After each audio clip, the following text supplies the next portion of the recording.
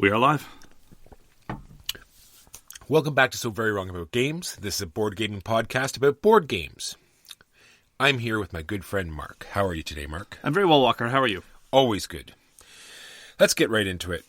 Mark, we're going to talk about the games we played this week. Then we're going to talk about the news and why it doesn't matter. We have a feature game this week, which is Starfarers of Catan. Not quite. Not anymore. Sorry, Catan. Starfarers. You got to respect the branding, Walker. I'm so sorry. This is a big deal. So, Mark, we're getting close to the end of the year. We're starting to see all these top 10 games of 2019 popping up. I'm sure we'll do something later on in a couple of weeks. Yes, but it is the only top 10 or only listing that we do on a regular basis because generally we do not find it illustrative. It's true. I think it's going to be... Anyway, I'm not going to go on about it, but anyway... Well, no, our year-end show is really good. It is good. We get dressed up. We have a whole bunch of special invited guests. It's true. This year there's going to be Pharrell. There's going to be Queen Latifah. And we do our song, right? Our end-of-the-year song. It's a big gala. Now, granted, these are the cool. invited guests. They don't tend to show up, which is their loss, but it's just this is the only time when we do top end lists on the reg because it's summarizing things we've already talked about because we don't really like lists as a general rule because you don't really get a whole lot of depth. But this is all stuff that we've talked about over the course of the year. I do an annual collab with Lil Wayne. He called me the other day just to make sure everything's still going. Anyway. Okay. That's not Lil Wayne. Anyway. That's not Lil Wayne? No. Oh, that's Lil Jon. Yeah, it's Lil Jon. Okay. Anyway, so this is also end of the year means Kickstarters are usually like a year. They take a year. So this is where all the big starters are coming across on Kickstarter. So we're seeing some fairly big projects come on. So take a look on your local Kickstarter channels. I'm mostly just getting the warnings, the doomsaying where the creators are talking about how confident they are that they can beat Chinese New Year. And I know for a fact that they're wrong. So, Mark, what did you play this week? For games play, I feel bad. I've got one game on my list this week, Mark. I had something to add to this part about only one game, but yeah, I've got one game that I played this week. Okay. It's sad. Oh, that's what it was. I was going to mention the fact that I've been working on this upcoming secret project that I'm going to not allude to, and so people will be suspenseful and looking eagerly towards it. So you contradicted yourself about 5 times in that single utterance. I don't really know what... So you may or may not be working on something that people may or may not should be looking forward to, but you're definitely not going to say anything about it. Exactly. Understood. Okay. I played some more Street Masters Aftershock. I've been having a blast with it. Street Masters is one of my favorite co-op games of the past few years. I just wanted to comment on the design work that went into their redemption expansions, because in the redemption expansions all the bosses get their own playable decks as player characters, and you see some of the Sadler's design work really shine through here because they reserve some of their more intricate, not necessarily more complicated, but more intricate and component heavy work in the redemption characters. I think on the supposition reasonable enough that these characters are going to be played by somewhat more experienced players. And the one I played was Mac, who is very clearly the boss from Double Dragon. There was the Twin Tigers expansion of the first arc of Street Masters, which was very clearly Double Dragon, and the boss there is Mac. And he is a machine gun toting gangster, but he has this interesting mechanism when played as a player character of mercy tokens. He seems to have internalized when he's playing as a hero that he shouldn't just shoot everyone in the head, that would be bad. That would not be a good way to approach doing things. And so he has these mercy tokens, and while he has mercy tokens available, he's not able to shoot people. But there are various things that he can do, like he might attack somebody, and if it doesn't knock them out, he loses a mercy token because he starts getting frustrated. And when all his mercy tokens are gone, then he just starts going nuts. And it's time to let loose. It's time to let loose. But then there are also all these other cards that make you tempted to take mercy tokens back. For example, he has a chokehold card called Non-Lethal Takedown, which is 2 dice, but 4 dice if you take a mercy token back. So you're constantly in this push and pull, sometimes literally, with respect to how the mercy tokens are working. I had a blast with Mac. I thought he was a great character. I thought he was very, very well designed. And so in a game with dozens of characters, literally, I really do like a lot of the work done in the bosses. One of our Huey almost always ends up playing a boss. I don't know what it is. He gravitates towards them inexorably, and he's been putting a number of them through their paces as well. But suffice to say that I've been continuing to enjoy myself with the Street Masters content, setting up a solo game for a quick 40 minutes or so, because that's how long it takes for a solo game of Street Masters, showing it to new people. It's been winning some new friends. I definitely have to give it a try, because I'm thinking back to some of the cool bosses we played against, and I would definitely want to give them a whirl. Didn't they have the giant four-armed guy from Mortal Kombat? Didn't they have him as a boss as well? Absolutely. Yeah, I'd give that guy a try. That seems like fun. Yeah, he was available in the first wave. He was available in the first redemption pack. And so some of his cards got changed, actually, in the update. So nice. There you go. All right, so my one game that I did play was alluded to in one of my yet fantastic unboxing videos. Check it out if you haven't seen it. And it is Big City 20th Anniversary Edition. Mark, you saw these buildings. They look amazing. It definitely feels like a 20-year-old game. It's in the ilk of they had this fantastic idea, but it doesn't end well. Like the ending is once you fill the entire map up, and the trading of the cards seems a little odd. But I think overall I still had a lot of fun. What you're doing is, like I said in the unboxing, it's much like Chinatown. You're trading these numbered cards back and forth, and you're trying to get these territories that are close together so you can build these big buildings and get them close to other buildings, and you create these interesting combos while you're creating this cool looking city. But then the end game is weird, and it's terrible at 2 players. It just is a little wonky. Apparently there's some 2-player variants. I didn't see it right away in the book. I'll have to go back and take a look. But with the straight up rules, does not play well 2 players. Other than that, love it. I played Big City a couple times, probably about 10 years ago, closer to when it was released, but it was a somewhat older game even then.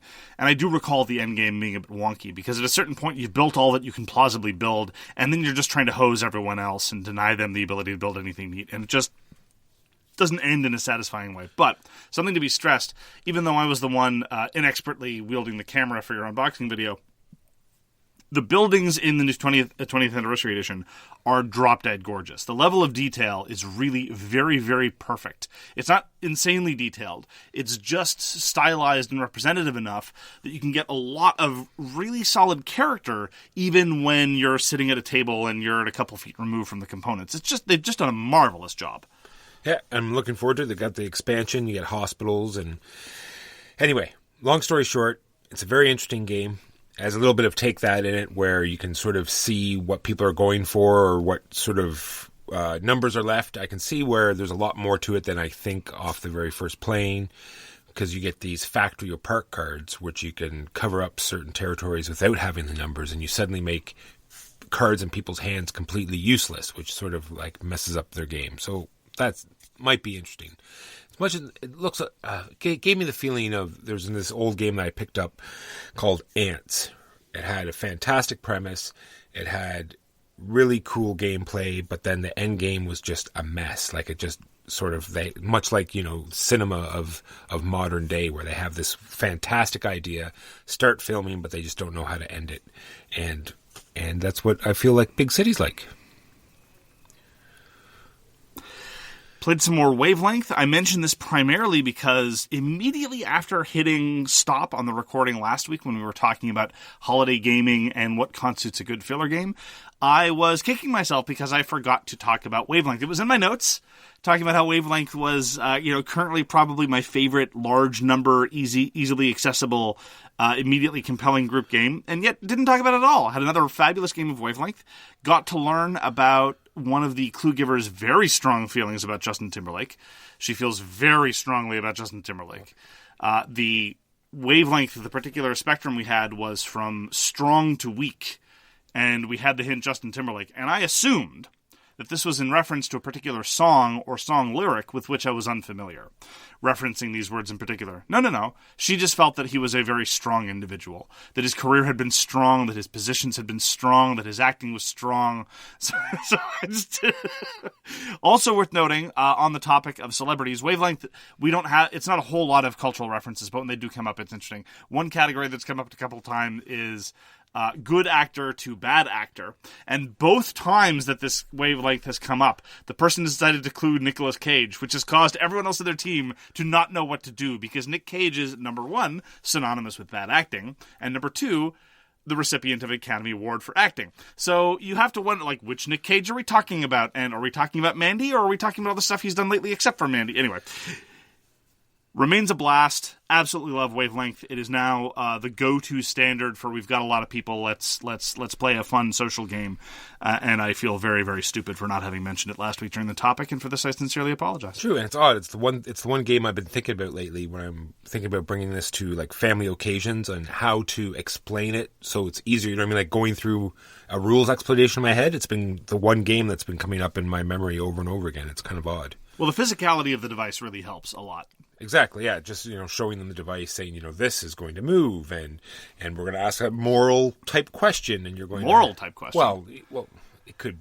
The one time we had a moral type question, we learned that number one, the clue giver thought that shoplifting was among the very worst things that you could do. Yes. And we also learned that everyone else at the table thought that shoplifting wasn't really a big deal, and we learned this in the basement of a game store. Well, I'm not so. It is true. Well, not so morality. I didn't know a better word to say. That it's going to be someone's opinion. It's a series of judgments. Maybe someone's opinion, I guess. Sure. Someone's, inner psyche. When they're going to bring up a question and you're going to have to figure out what they feel about this to be psychic subject. Yeah. What else did you play, Mark? I played Warfighter, the private military contractor card game. So Warfighter has recently released its third wave of expansions. Warfighter as a product line now has 4 different base sets and a sum total of well over 100 expansions spread out over all of them. You have Modern, you have World War II, you have Modern Shadow War for stealthy missions, and you have Modern Private Military Contractor for running your own private military contractor in the immediate aftermath of the Second Iraq War. So there's a game that beats out Cthulhu Wars for a number of expansions? Absolutely. In terms of sheer number of expansions, yes, Warfighter definitely wins. It doesn't help that the Board Game Geek database, excellent though it may be, doesn't line up with the actual numbering system that Warfighter is using. And it also certainly doesn't help that the Warfighter numbering system of the expansions already is somewhat messed up because some of the different product lines have numbering systems that run up against each other. So, for example, Warfighter Modern expansion number 39, maybe that's an expansion to Warfighter Modern, or maybe it's an expansion to Shadow War, or maybe it's an expansion to Warfighter Private Military Contractor. Who's to say? World War II is the only product line where the numbering has been consistent, but even then, the Board Game database isn't too excellent on that score, and even then it might or might not correspond to what online board game retailers might have in terms of their numbering system. It's a big mess. Anyway, so Warfighter, the private military contractor card game, is something I wanted to try because Verssen Games, which is the publishing company run by Dan Verssen to publish the games designed by Dan Verssen, named Verssen Games, tends to specialize in what I call fun paperwork, which is a game genre that has... my enthusiasm for it has been sorely tested by the over glut of paperwork nature games and over excessive nature of a lot of legacy type games.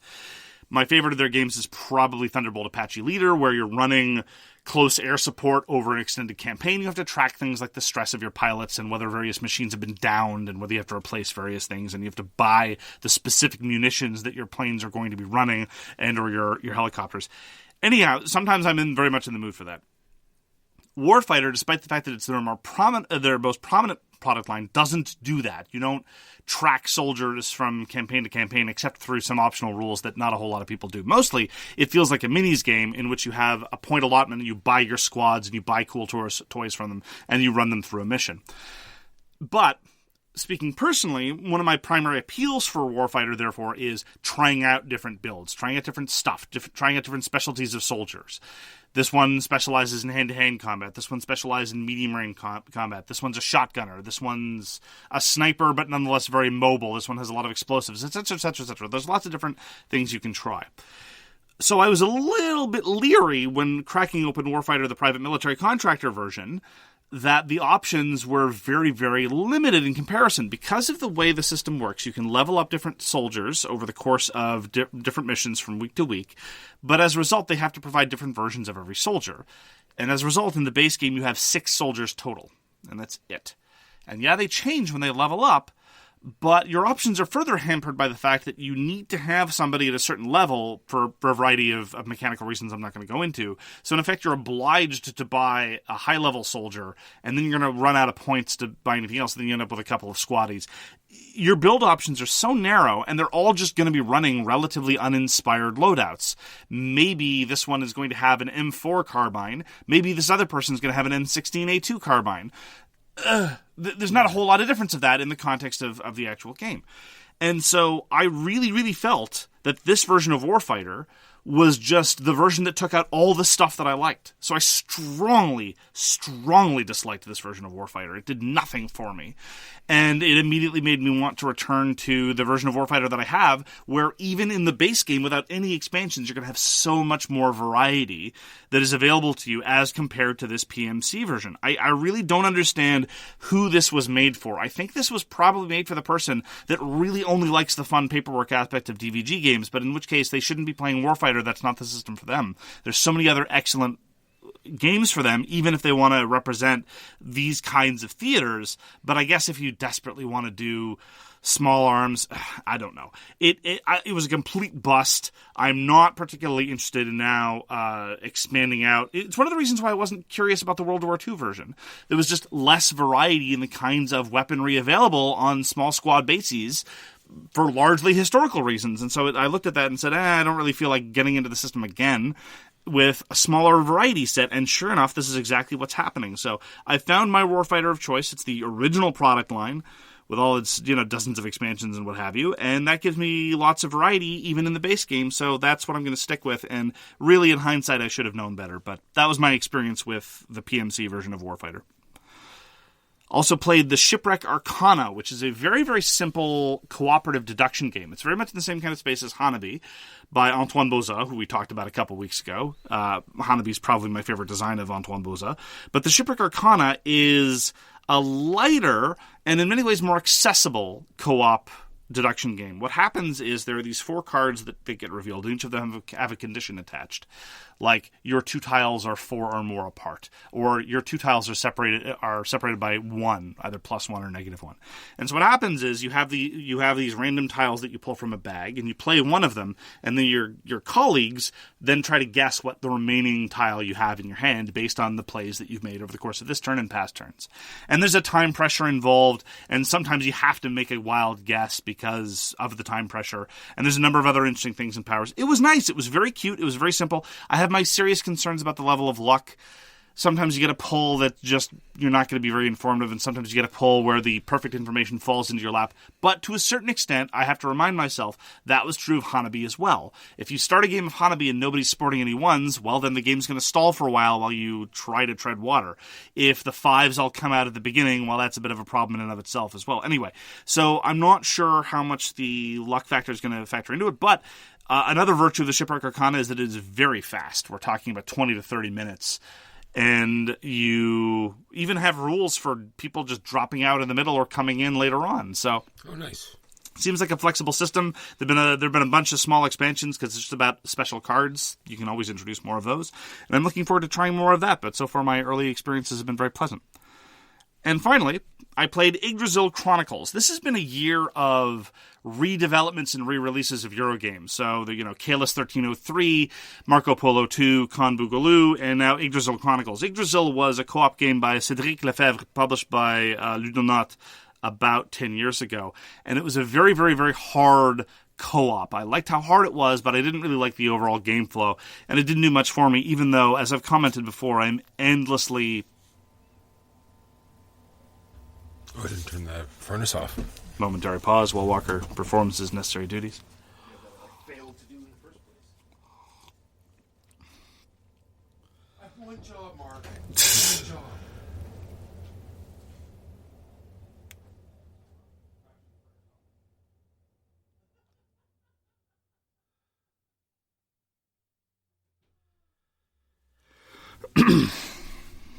I am.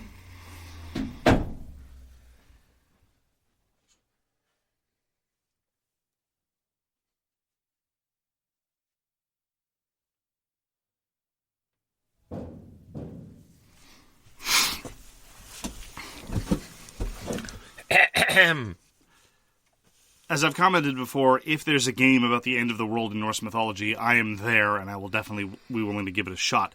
Yggdrasil Chronicles is kind of the spiritual successor to Yggdrasil, but it's very mechanically dissimilar. And it has this tree. Imagine Everdell, the tree of Everdell, and imagine that's the game board. And initially, when I heard about that, I thought this was going to be seriously problematic, because Everdell is very difficult to play with more than a couple of players because the tree has to sit off to the side, and then you can't sit in a circle around it or anything like that. It has a very definite facing. I was concerned very much for the usability of Yggdrasil Chronicles. Now, I've only played it solo so far, but so far I'm reasonably pleased with how usable the entire tree is, because when I'm interacting with the space that is across the trunk from where I'm sitting, it was still perfectly fine. So I could imagine sitting people in a circle around the Tree of Yggdrasil Chronicles. I wouldn't want people to be sitting on short seats or people who are not particularly short. I'm slightly under 6 feet. I say this is actually very important. Sorry, minor sidebar. This is something I've noticed before. I first noticed this in high school. People shorter than me, men shorter than me, will insist that they're 6 feet tall. I am not 6 feet tall. I don't really care one way or the other. I just find it so striking that there's this threshold that people want to get to. It's like, oh, I'm 6 feet. It's like, no, if you're shorter than me or if you're my height, you're not 6 feet tall, because I'm not. The government of Ontario is under the impression that I'm 6 feet and a half, but that has to be because of my bouffant when I last got my driver's license. Anyway, suffice to say, the top level of the tree, because you're playing in Yggdrasil Chronicles, you're playing on Yggdrasil and you're moving figures around on Yggdrasil, you might have difficulty seeing the top of it. And I had some concerns about the iconography, but halfway through the first playing, I had no problems with it whatsoever. So I was pleasantly surprised with how usable it is. My biggest concern, though, is that it is vastly too easy, particularly in the context of the fact that in Yggdrasil Chronicles you win by running up the clock. It's just a question of surviving a siege until these events that happen in a random order that you can't really control for too much happen, and if you've survived up to that point, you win. That didn't leave me particularly inspired, and I'm concerned that in conjunction with its relative ease will put a serious damper on my enthusiasm for it. Now, that having been said, it is a scenario-based game where there's a series of linked scenarios because everything's got to have a campaign, but in this case, it's about the Ragnarok, so I'm willing to forgive them. The first scenario, for example, is about Baldur's Murder. I have never been able to play out Baldur's Murder. That could be fun.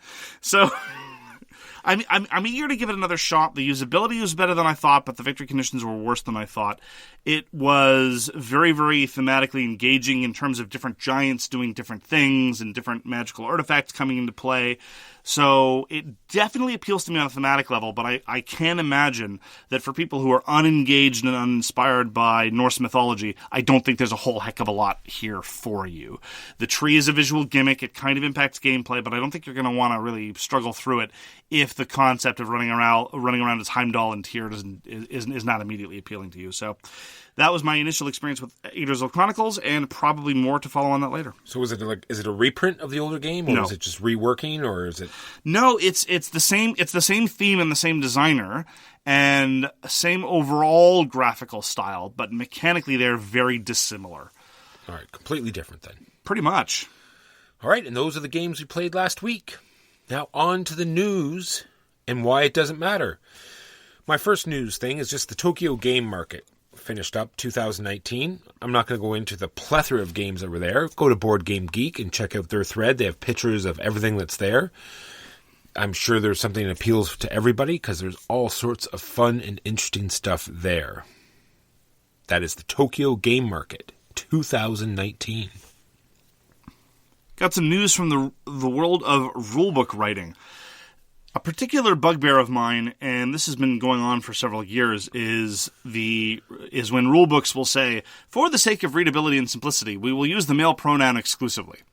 It's like, you go to the bother of writing this note. You know that writing the male pronoun exclusively is somewhat strange and exclusive, but you decide to put in this note, and so now suddenly everything's okay. This might have flown 10 years ago, and this is particularly true a lot of some publishers. So Matago has been doing this for a long time, and whenever I see it in a rulebook, it just turns me right off. Well, in the past, and I think this might be partly a language problem, because I've had this difficulty when talking with people whose first language is French or whose first language is German, talking about pronouns. They don't really understand, and so gender is treated differently in different languages.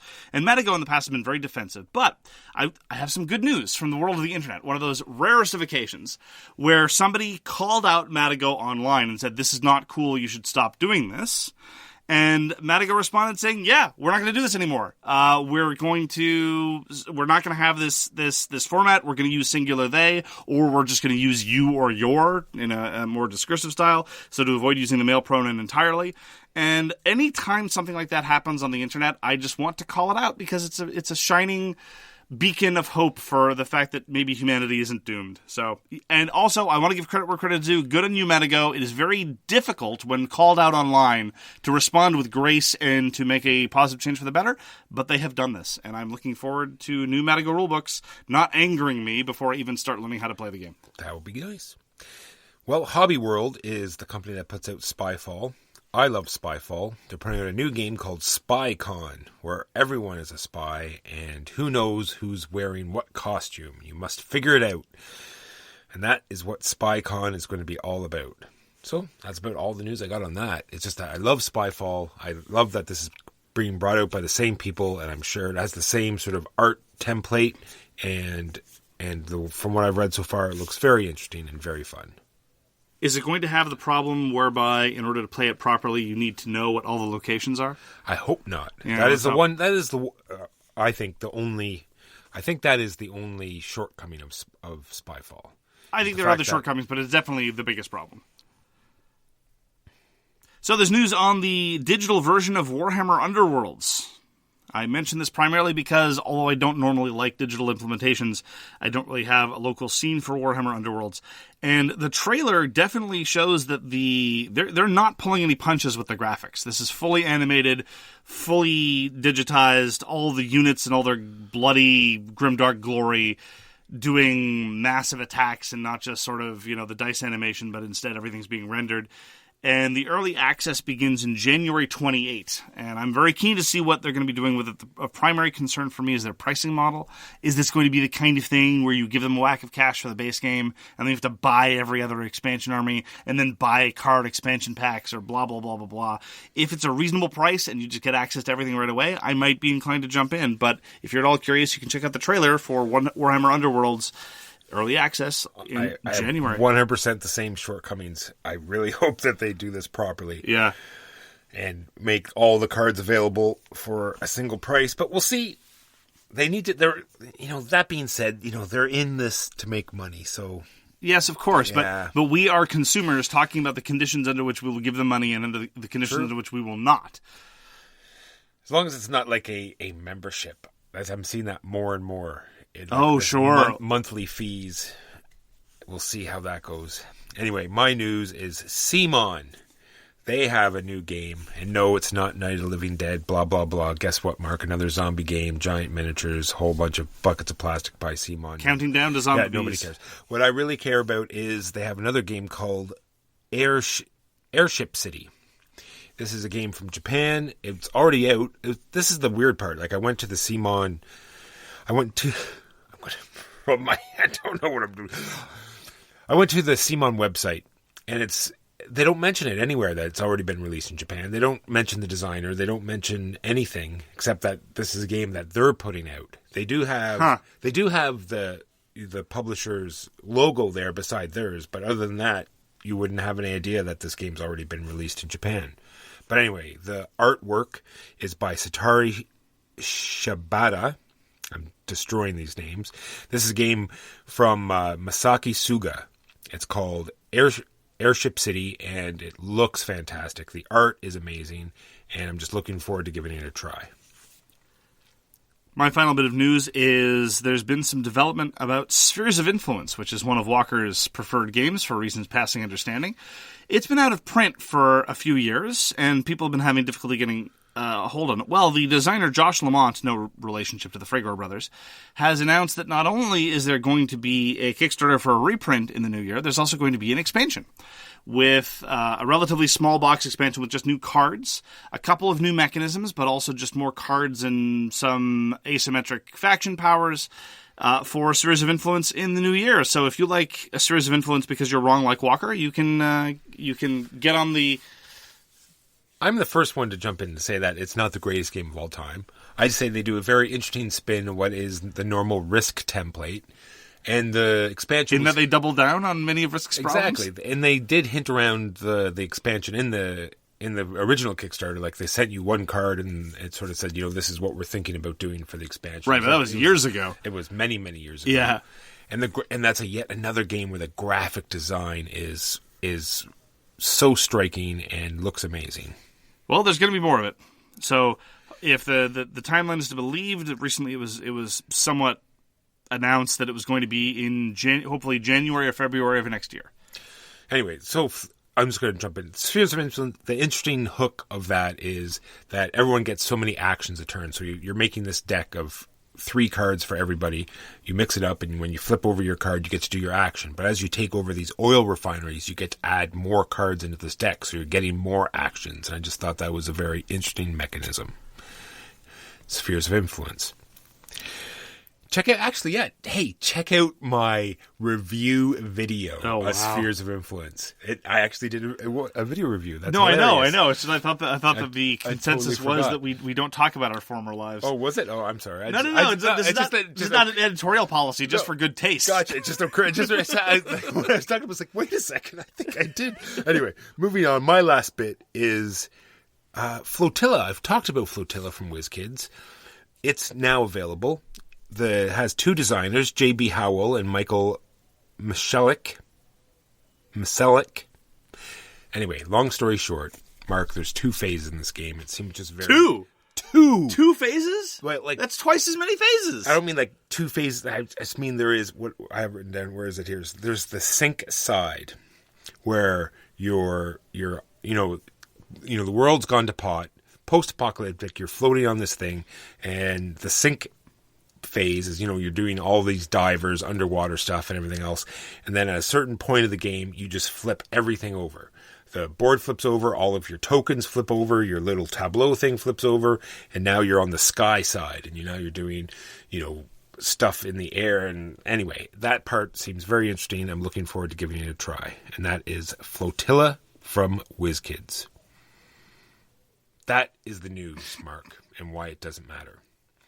On to our feature game of the week, which is Catan Starfarers. Mark, tell us about this. Okay, so Catan. It was first published as The Settlers of Catan, and now it's just been rebranded as Catan. Do tell. Yes. And we're going to be talking, I think, a little bit about, what we probably still think of as Settlers in our heart of hearts.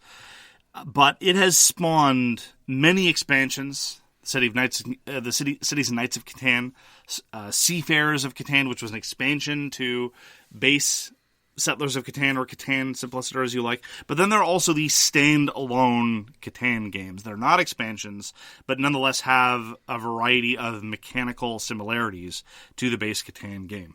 Starfarers of Catan was one of those variants. It was released in 1999, and it's been put out by Cosmos, just like pretty much everything that Catan has for a very long time. And it was also designed by Klaus Teuber. Klaus Teuber, who designed base Catan, has designed most, if not all, of these sort of standalone expansions. Now, not all of the standalone versions I enjoy. I was very disappointed, for example, in the Game of Thrones version, but a lot of them are really cute. Settlers of the Stone Age has some virtues to it. I'm a fan of the Incan version. It does some cute stuff. There's a lot of mechanically interesting stuff. I was also a big supporter of the card game versions of Catan. There's I don't even know what it's called at the moment, but it was originally called the Settlers of Catan card game for 2 players. Then there was also Starship Catan, which was kind of like the 2-player version of Starfarers of Catan. Yeah, so it gets very complicated very quickly. Go check Wikipedia. Hopefully there's a whole bunch of links there, but I'm not going to go through the entire history. But suffice to say that for a long time, the Starfarers of Catan was heralded as the longest and by many the best of the Catan games, and it was released in 99. Well, this year Cosmos released a new version of Starfarers of Catan, now called Catan: Starfarers, also by Klaus Teuber, with some mechanical changes that we'll get into later, but fundamentally it's still the same game. Walker, why don't you give us an unhelpful summary about what one does in... Man, I'm going to be defining unhelpful, Mark. This is going to be a good one. All right, in Catan, Starfarers, we're probably going to make that mistake again. You're going to be figuring out how to be scoring 1 or 2 points every turn, because this is a race to 15 points, and the game is not going to last for 15 turns. To do this, you're going to be upgrading your ship, making them more shooty, better at trade, and you could even make them faster, but don't waste your time doing that, because if you wait just a few turns, you're going to be able to teleport anywhere you like. Catan, Starfarers. All right. So why don't we start by talking about what we don't like about base Catan? What? Oh, okay. Do you think that might be a helpful way to frame some of this? We can. I have turned dozens of people off base Catan by saying, you have fun playing Catan, you roll 2d6 and that's your turn. Roll 2d6, pass the dice, roll 2d6. And then they say, and then they think about it and they realize that's all you're doing and they never play Catan again. The problem that I have with base Catan on that topic isn't really so much about that's all you're doing on your turn, because if you're just, passing around quickly enough, some turns are bigger than others, and that's fine. That might even lead to the fabled flow that we prize so highly. Certainly you do. But the economy stalls. The one thing that is common across all Catan games is you have a variety of different things you can purchase, and they all rest on recipes of different goods. And with very minor exceptions, you don't buy things with simply one type of good. And so, if the random influx of goods for several turns in a row doesn't involve stone or wheat or sheep or whatever, you have a whole bunch of turns in a row where someone says, anyone got any sheep to trade me? And everyone says, there hasn't been any sheep since 1926. Why do you keep asking? Pass the dice, your turn is over because you can't build anything. So on and so forth. And that is, not only is it unsatisfying, it's just the game stalls. It's a stalled game and you're just waiting for something to happen, which is boring. Even if the game lasts 45 to 60 minutes, that is not compelling. However, there are a couple of things that Catan Starfarers does that changes with that fundamentally. One of them that I think is definitely the most favorable is everyone can trade with the bank. In base Catan, in order to trade with the bank, you need to go and build something in particular. People don't tend to start with that. Whereas in Starfarers, you start with the ability to trade with bank. It's not efficient, it's not ideal, but it prevents the game from stalling, because if you're a little clever and if you think flexibly enough, in other words, if you play the game well, you can see around the inefficiencies of the economy and manage to overcome them. So right off the bat, one of my key objections to base Catan is dealt with in Starfarers. Not only that, they also have these things called trade goods, and they trade a lot better rate than normal goods. Like normal goods are 3-1, and if you get a good run on trade goods, they trade in at 2-1. So even more ways to get what you need. And less cleverly, but very effectively, when you're at the bottom end of the victory point track, you just draw random resources from the bank just to get things going. And oh my goodness, what a difference this makes. Now, it's not a pure upside, because as we've already alluded to, Catan is basically, one of the fundamental mechanisms of Catan is trading the cards to accommodate for whatever economy shortfalls you have with somebody else's economy surpluses. Of course, that's no help when nobody has the thing in question at all. That's when I find it problematic. So it leads to people being a little bit more self-sufficient in terms of resources, which is not purely for the good, but it helps keep things moving, especially in the early game, and that's why I support the random influx of resources at the beginning of the game. It's true.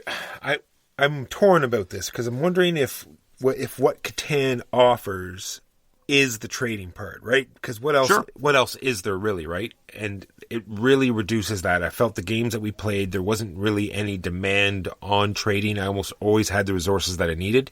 There was trading going on, but there wasn't even close to that sort of, knowing what the other person had and knowing that you needed to get it. And it's like, okay, I'll give you 4 of this for that one thing that you've got. I just felt that, it wasn't there.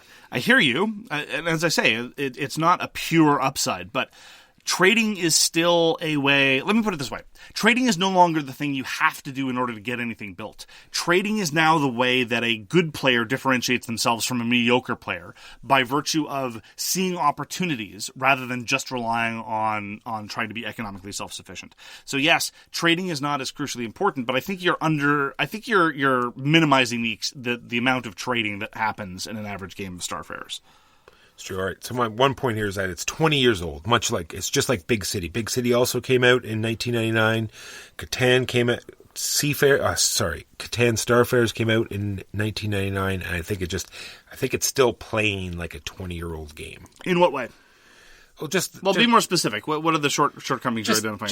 Just the slowdown, like you said, and the fact that it's always the race to 15 points. It just doesn't. It's a very, there's not a big finish. It sort of just peters out. It's like, oh, okay, I got to 15 before anybody else did. It just has that feel of odd mechanisms. That's all. Of just rolling dice. You know what I mean? And you get what you want. And we've talked about games like this, like Wildlands, right? When it's your turn, you're pretty well just using the cards that you've got in your, you're locked into what you have in your hand. You're just using the cards that you've got. So your options aren't huge there. It's like, okay, well, this is what I've got in my hand, so I guess this is what I'm going to be doing this turn. Okay, well, this actually ties into another one of my criticisms of Base Catan, which is in Base Catan, your economy, in many ways, is best at the very start of the game. You've already plotted out the best economic opportunities, and you've already put out your settlements next to the best producing locations. And your future settlements and your future upgrades are mostly just ancillary to that. Your next colony is not going to be as good as your first colony because you've already got the best numbers. But in Starfarers, rather than just starting out in this hex grid and choosing your intersections there, you start out with one group of planets and then you move out and you colonize an entirely different group of planets. And so your economy does grow and develop in ways that I feel are more substantial in Starfarers than they are in Base Catan. You get new systems. You also get new toys. Although to a certain extent you got that in Base Catan as well. And so you get to feel like the mid-game feels different than the beginning game, and it feels different from the late game. And furthermore, just returning back to this recurring issue of economic self-sufficiency, which you feel that Starfarers has, the economy changes. Like, for example, in our very last game, just as a specific example, at the beginning of the game, one resource was abundant, and you couldn't trade it away, and nobody wanted it. And then suddenly a weird thing happened in the mid-game based on the way the colonial development worked and based on a string of dice rolls, which is, here's the virtue of the dice rolls, and then suddenly the economy desperately wanted more of that resource, and it became very, very, very scarce. So I agree with you that the dice rolls are not ideal, but at least it's a way to modulate the influx of goods in this case so as to give contour to the trading. So let's talk about some other good points. The board, like you said, you just talked about how you go out and you conquer new planets. I really like how the board changes from the normal Catan. The fact that you get to move where all the trade planets are, or the normal planets. It's got this really interesting inlay system that makes it modular, so almost every game will be different. So that's one of the changes between this edition in 2019 and the original version 1999.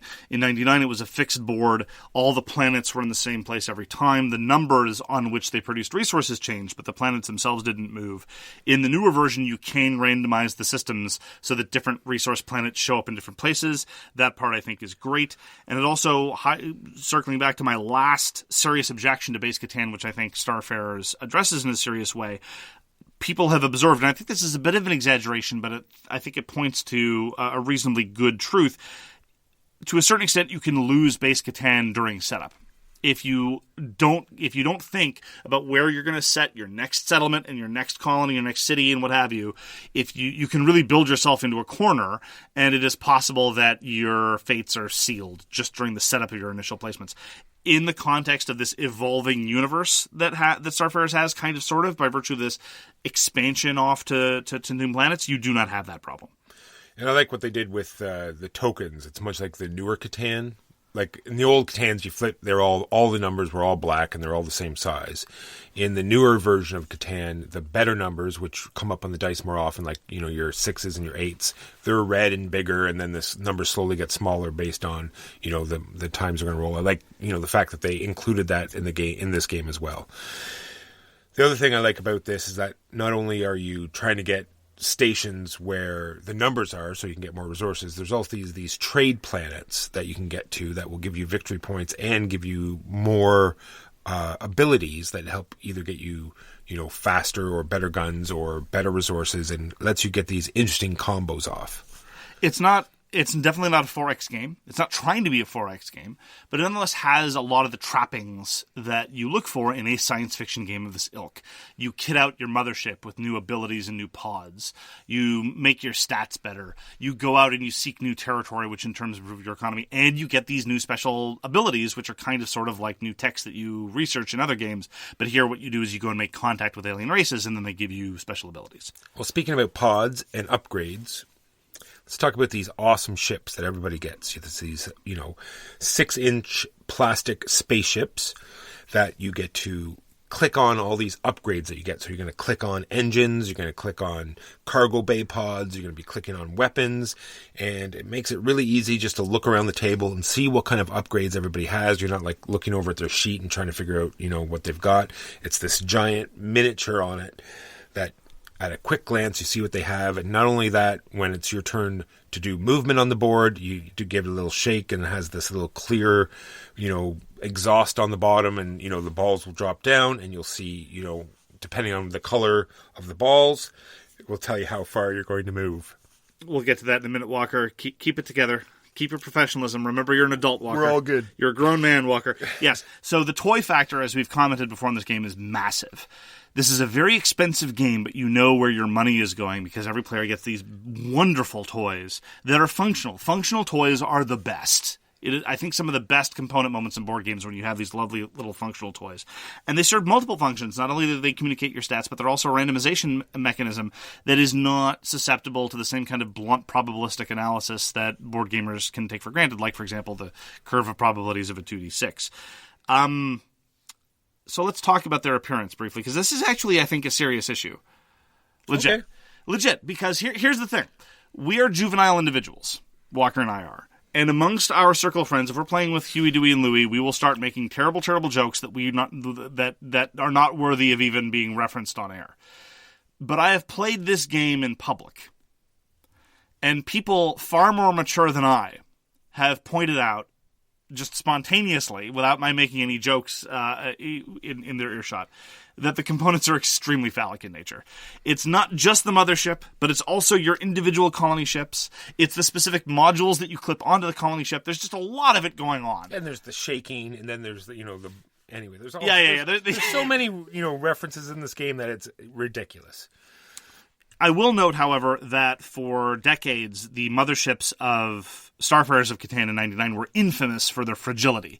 There were things that would break, and even just putting on and taking off a given module would cause various clips to shatter. And for a few years, Cosmos tried to introduce various other buttress clips that would fix this or prevent that.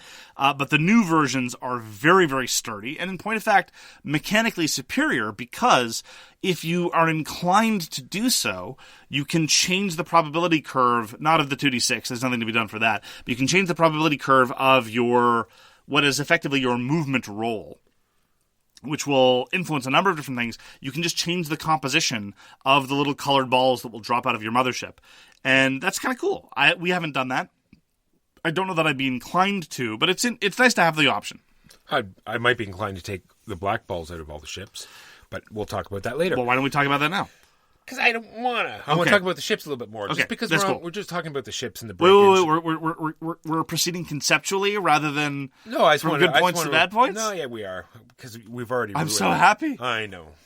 It's finally happened. All I want to talk about is that if you already own Catan Starfarers, the older version, I still feel as though this is a purchase that you want to make. Because I remember playing the old one a lot, and you at least I was, maybe not everybody, you are constantly worrying about breaking it. And a lot of us would just have the ship to the side and put the components beside it to show what we had. Because you're too worried about breaking the ship, because that's the thing that it did. There's no way this new one will break. Not only that, I've already talked about the modular board, how the plans are all mixed up. This also comes with a really nice card tray where you put all the trade cards in. It has the trade ratios embossed right on the thing. So just quickly, I have this, it was an endpoint that I had, but if you already have Starfarers or your group likes Catan, this is going to be a great change of pace, and I think you should pick it up. I don't know if I could counsel an upgrade for people who already have the 99 version, only because of how incredibly expensive it is. Again, I know where the money's going, and you're absolutely right. A functional insert, much more sturdy ships, but if you are able to play with your ships without shattering them, I think you can probably make do with your original copy. All right, where were we just about to go? You were about to talk about the events. The events. Oh, here we go. Events. Okay, so we talked about shaking up the thing. Let's just talk about very quickly. You roll the dice, much like Catan. You get your resources. Everybody produces resources. Everything produces resources. Then you're going to be purchasing stuff with your resources. And then at the end of your turn, you're going to be shaking your ship. 2 balls will drop out. There could be a black ball, or there could be one of 3 other color balls, and that will give you your base movement, plus how many cool little thrusters you have on your ship, and that's how far all of your ships are going to move. They're all going to move that amount. You don't have to divide it up between your ships. That being said, a black ball might also drop from your ship. And if a black ball drops, it means you have a base movement of 3, and you get to flip over a event card, which is going to be pirates, because space is infinite, except for this particular area where they can only come up with pirates. And this is not a joke. Almost 90% of the cards are pirates. Like, it certainly seems that way. Are you seriously? You couldn't come up with more little stories or anything except pirates every time. You could almost call it anything. You could say a black hole. You could say a nebula. You could have changed it to anything. No. Okay. And still had the same mechanic that the card, same thing that the card did, but just not use pirates every time. So there's pirates, there's merchants, there's travelers, there's wormhole. Those are pretty much the four kinds of things. I will absolutely grant you 100% that this is a missed opportunity, because they could do whatever they wanted with these event cards. And that is part of the joy, because the event card is read by one of your neighbors and you're issued a series of binary choices, and you don't know what the specific parameters are. You know what the rough parameters are. Dealing with pirates is apt to be profitable, but will cost you fame.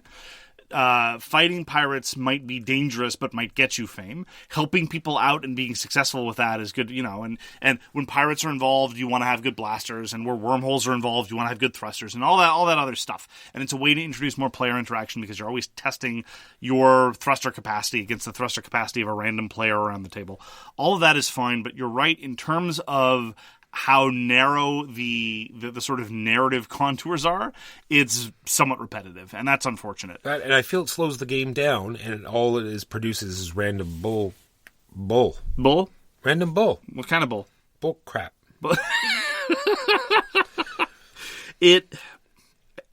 I kind of like the sense of mystery, but I do recognize that the variance is a little too high, and if you're behind the 8-ball, as I've seen some people get, I've seen some games where people just draw a disproportionate share of events, and they just seem to randomly end up choosing the wrong thing.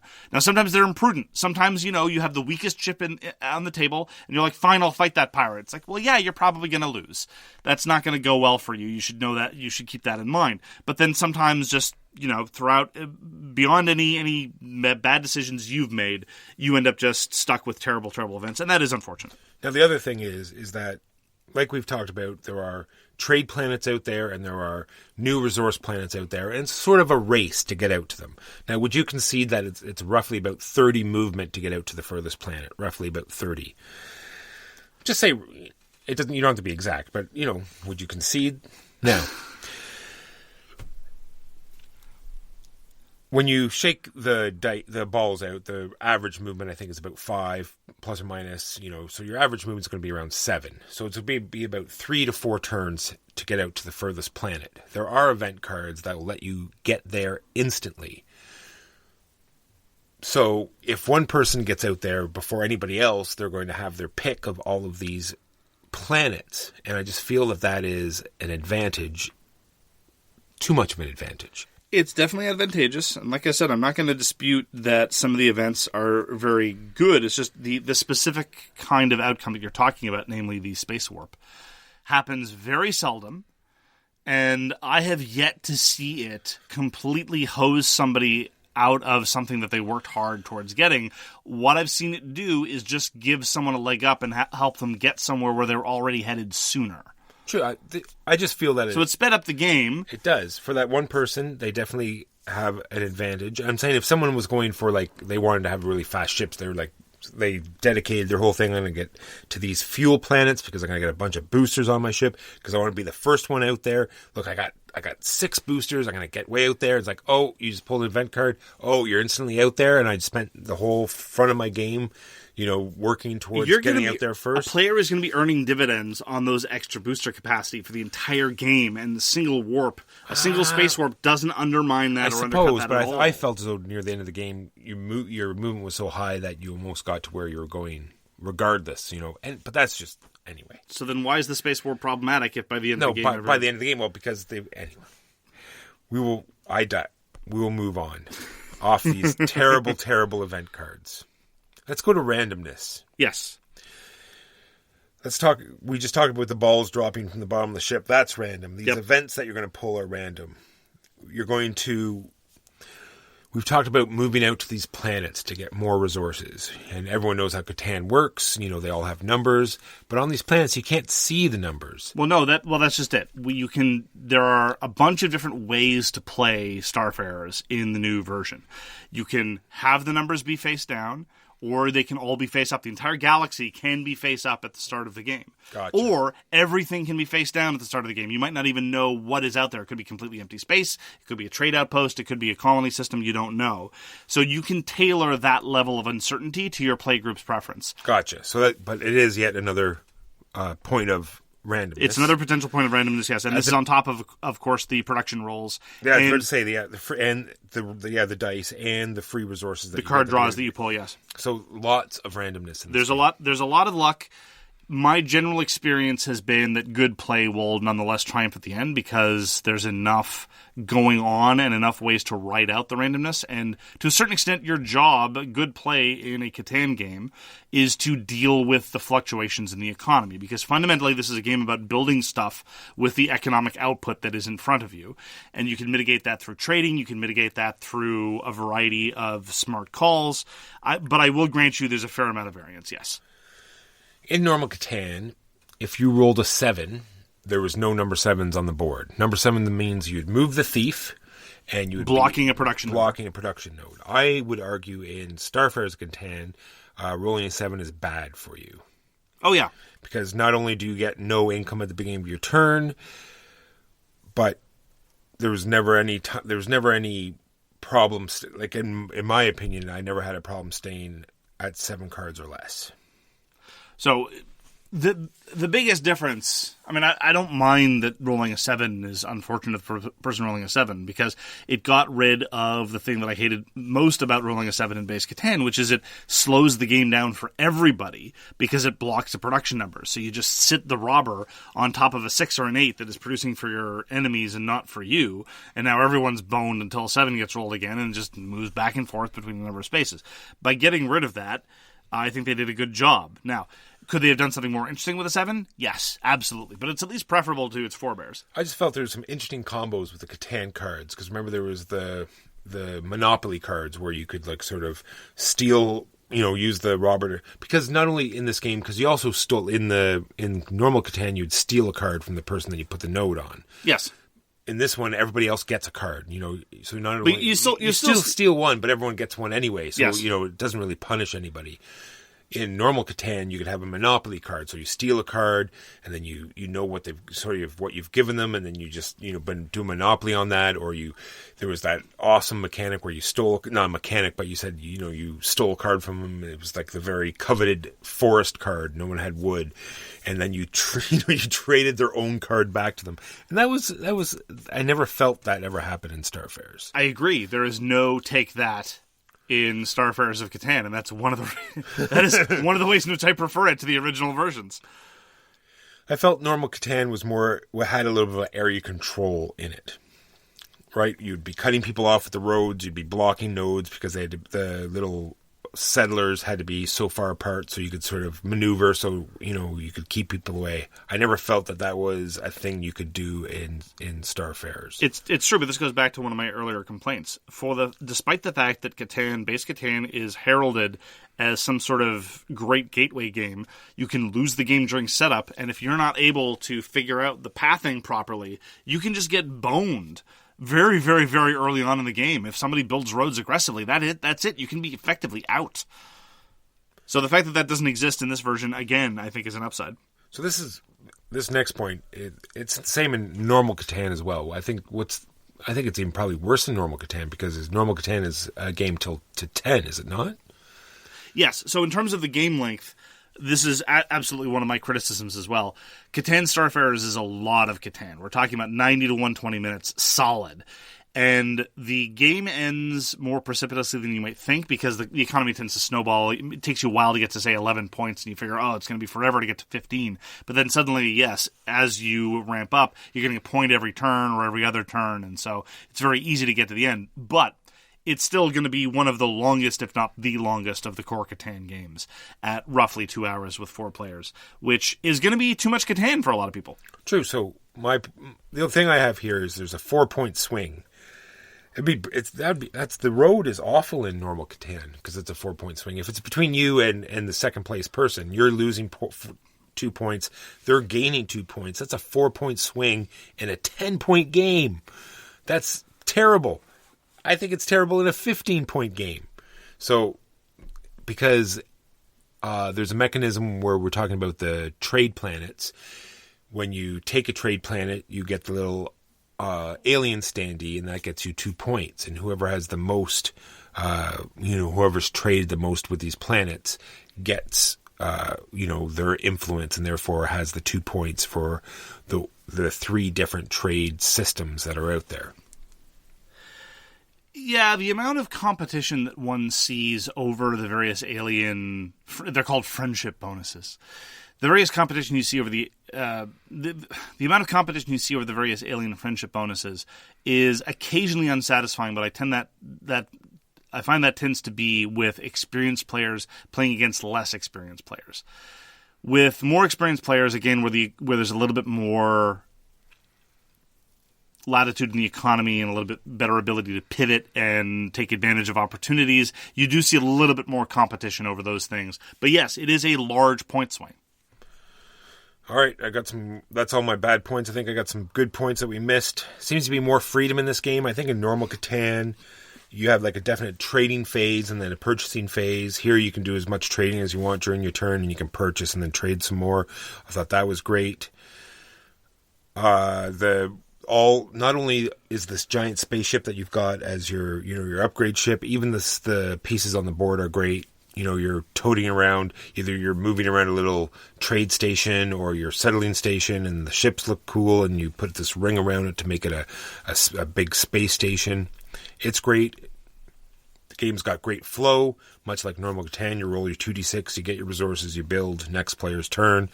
I think it goes around the table fairly quickly. That's everything. So to sum up, for a long time, Catan Starfarers has been my preferred version of Catan.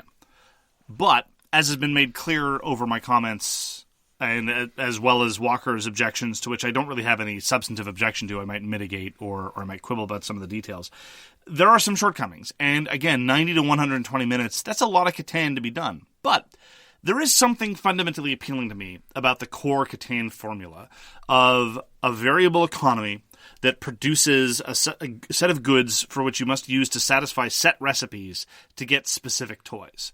And the salient differences with the different Catan versions are how the economy works, what you're buying, and what the overall backdrop is. And for all of those details, I think Catan Starfarers is just about perfect. You get to buy fun things, you get to do fun things with those things that you buy. And although the trading isn't emphasized as much as I might like, it nonetheless keeps the game moving. And especially in a game that might last a full 2 hours, you definitely want things to keep moving and you do not want things to stall. So anytime I play a Catan game that is not Catan Starfarers, I want to be playing Starfarers of Catan. And I do enjoy the game. It's not going to be for everybody. The people who like Catan primarily because of how accessible it is, Starfarers is a little bit of a jump in complexity. Now, the rules explanation is incredibly brief. I've explained the game a bunch of times over the past couple of weeks. It is very, very, very short. And it's very accessible for that, but if you're talking about people who are strictly intro gamers and they just want to play what they're accustomed to, maybe it might be too much of a jump. But as a more gamerly version of Catan, for people who are slightly more to the hobbyist angle, I do think that Catan Starfarers has a lot going for it, and I think it is still worth playing even 20 years on. So with all its caveats, with all its weaknesses, I still enjoy it. I don't necessarily think that it's a top-tier game, but as far as the Catan games go, it is my favorite, my preferred version. That is so odd, because I have exactly the opposite point written right here. What's that? It is great for non-gamers. I just feel as though that that non-gamers would just have more fun with this, that they wouldn't be racing for the victory points. They'd just have more fun playing it and doing the trading and doing the exploring and having fun with upgrading their ship and not worrying about getting points every single turn or trying to keep up with, this one person that's, racing ahead. I just think they'd have more fun playing it. I'm not... Okay, two things. First of all, that sounds like a 2.5 to 3 hour version of Catan. I'm not saying it would be shorter or anything else. I'm just saying that the actual gameplay would be more... Sure, but I don't know that it would hold their attention for that long. I don't know that it would hold anyone's attention for that long because I don't think the mechanisms and the core structure could warrant a playing of that duration. But I'm not saying that it's not accessible to non-gamers. What I'm saying is that if people are particularly attached to the core version of Catan and want to play it dozens of times over, and I know people like this, then I don't think that Catan Starfarers is going to be an easy sell, because it is different, and it does change the formula in some relatively substantial ways in spite of, and sometimes because of, its superficial similarities to the core structure. It is nonetheless very accessible, and I would nonetheless seek to try to introduce people who are particularly big on Catan to this. I'm just saying it's not necessarily going to work for everybody. Gotcha. I would not play Starfarers of Catan. Sorry, I would not play Catan Starfarers unless it was the only option. I just think it has everything about Catan that I don't like. I just don't enjoy Catan anymore. It was great 20 years ago, but there's just so much better out there that I don't want to go back to that. Yeah, just on the cutting edge with your TikTok and... No, not really. It's just you and your fidget spinners, and it's just roll 2d6 and I hear you. And pass the dice. I hear you. So that's going to do it for this week. Thanks very much for joining us for So Very Wrong About Games. If you'd like to get in touch with us, you can reach Walker via his email, justrolledadice@gmail.com. You can reach me, Mark Bigney, on Twitter, @TheGamesYouLike. For more public discussion, you can find the So Very Wrong About Games Facebook page, or you can check out our Board Game Geek Guild, which is guild number 3236, and you can find us on Patreon. We read everything you send us, and we'll get back to you if we can. Thanks again for tuning in, and we hope to see you again soon. And if you like this podcast, tell a friend.